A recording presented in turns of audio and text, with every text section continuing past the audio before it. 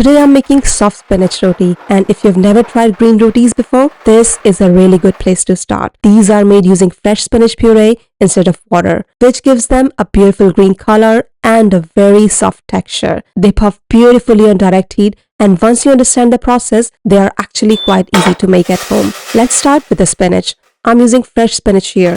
I place it in a pan and pour hot boiling water directly over heat. The blanching step helps soften the leaves and removes the raw spinach taste. It doesn't take too long. About 1 to 2 minutes is enough. I'm also sharing 2 spinach puree options in this recipe. One is plain spinach puree and the other is spinach puree blended with paneer or tofu. You can choose whichever version you prefer depending on what you have at home or how you want to serve the rotis. Right after blanching, the spinach goes straight into ice cold water bath. This step is very important. It helps stop the cooking process and locks in that bright green color, which makes a big difference in how the rotis look later.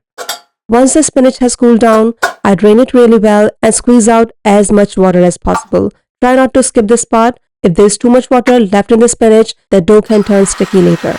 Now we move on to the puree option. For the first option, I'm making a plain spinach puree. I added the blanched spinach to a blender along with some ginger, green chili, and blend it into a smooth puree. You can add a little water if needed, but try to keep it minimal. This version is light and works great if you just want basic spinach rotis. The second option is a spinach, paneer or tofu puree. This one is slightly richer and more filling. I add the blanched spinach to the blender along with paneer or tofu, ginger, garlic, green chili and a few cumin seeds. Blend everything into a thick, smooth puree. Both purees work well in this recipe. You don't need to make both. Just pick the one you like or the one that fits your meal. Now let's make the dough. In a bowl, I add whole wheat flour and a small pinch of salt. Then I start adding the spinach puree slowly. I'm using the paneer tofu spinach puree. Bring everything together into a dough. There is no need to add water. The moisture from the spinach puree is enough.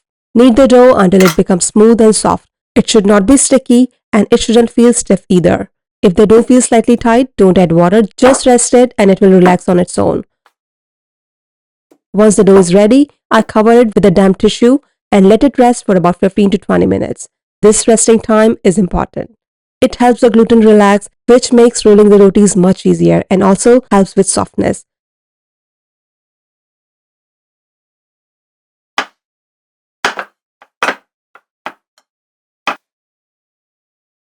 After resting, divide the dough into 7 or 8 equal portions. Shape each portion into a smooth ball. If you work slowly, keep the dough balls covered while you work so they don't dry out.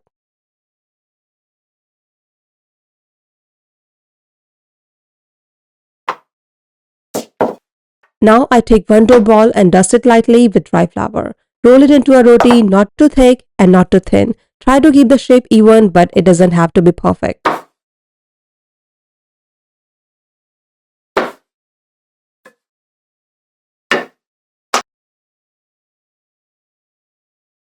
I'm also rolling one more roti here to show you.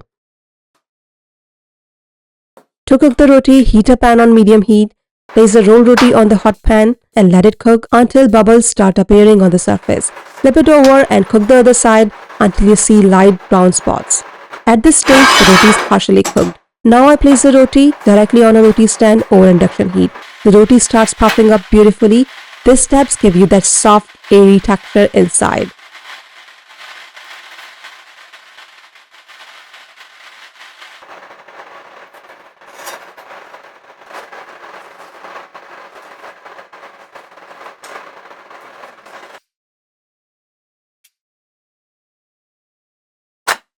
Once it's fully puffed, remove it from the heat. If you like, you can brush it lightly with ghee or vegan butter.